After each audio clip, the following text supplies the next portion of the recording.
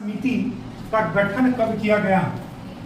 ठीक है, यहाँ पर क्वेश्चन है कि पांडुलेखन समिति का गठन कब किया गया है। ठीक है, पहला है 29 अगस्त 1950, 29 अगस्त 1947, 30 अगस्त 1945, 30 अगस्त 1946। क्लियर है सबको? अब ध्यान से समझना है कि आखिर ये पांडुलेखन समिति होती क्या है।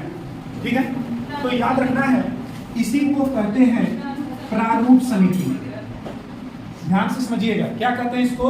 प्रारूप समिति। याद रखेंगे इसी को क्या कहते हैं? प्रारूप समिति कहते हैं। ठीक है, याद रखना है इसी को ड्राफ्ट समिति भी कहा जाता है। क्या कहा जाता है? ड्राफ्ट समिति या ड्राफ्ट कमेटी भी कहा जाता है। ड्राफ्ट कमेटी भी कहते हैं। बात सुना है, देखा है ना? किस नाम से जानते हैं इसको? प्रारूप समिति, ड्राफ्ट कमेटी यानी कि ड्राफ्ट समिति, मसौदा याद रखेंगे मसौदा समिति भी कहते हैं। क्या कहते हैं? मसौदा समिति भी कहते हैं। तीन नाम हो गया, कौन कौन सा? प्रारूप समिति, ड्राफ्ट कमेटी, मसौदा समिति। कितने नाम हो गए? तीन। और एक नाम क्या हो गया? पांडुलेखन। कौन सा लेखन? पांडुलेखन समिति। बात सुना रहा है ना? अगर आपसे पूछेगा इन तीनों का जो गठन है, इन तीनों का गठन वो कब किया गया? 29 अगस्त 1947। याद रखेंगे कब किया गया? 29 अगस्त 1947। अगला ध्यान देना है, अगर आपसे पूछेगा ये बताइए इसमें कुल सदस्य कितने होते हैं, तो आपको बताना है 1+7। क्या बताएंगे? 1+7 कुल सदस्यों की संख्या है, जिसमें एक क्या है? अध्यक्ष है। और याद रखेंगे क्या? 1+6, 1+6 7 है, 1+6 एक अध्यक्ष और 6 सदस्य। तो अगर आपसे पूछेगा कुल सदस्य कितने होंगे? 7 और एक अध्यक्ष और एक सदस्य। क्लियर है? अगर आपसे पूछेगा इनका अध्यक्ष कौन है, तो आप कहेंगे डॉक्टर भीमराव अंबेडकर। अगर आपसे पूछेगा कि इनका अध्यक्ष कौन है, तो आपको बताना है डॉक्टर भीमराव अंबेडकर। कुल सदस्य का क्या है? 1+6 एक अध्यक्ष 6 सदस्य, कुल कितने हो गए? 7। अगर आपसे पूछेगा कि पांडुलेखन समिति का गठन कब किया गया? 29 अगस्त 1947। क्लियर है यहां तक सबको? आइए, ये क्वेश्चन किसी भी तरह पूछा जा सकता है। पूछ देगा प्रारूप समिति, ड्राफ्ट कमेटी, मसौदा समिति, पांडुलेखन समिति। अगला याद रखना है, क्वेश्चन आया है 100% विद्युतीकृत रेल नेटवर्क वाला राज्य।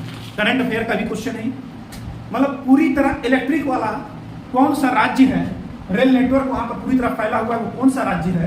तो आपको बताना है क्या? गुजरात। याद रखना है, इंपॉर्टेंट क्वेश्चन है।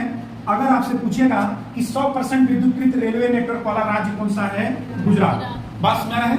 अगर आपसे पूछे कि ये बताइए गुजरात में एक और घटना है क्या?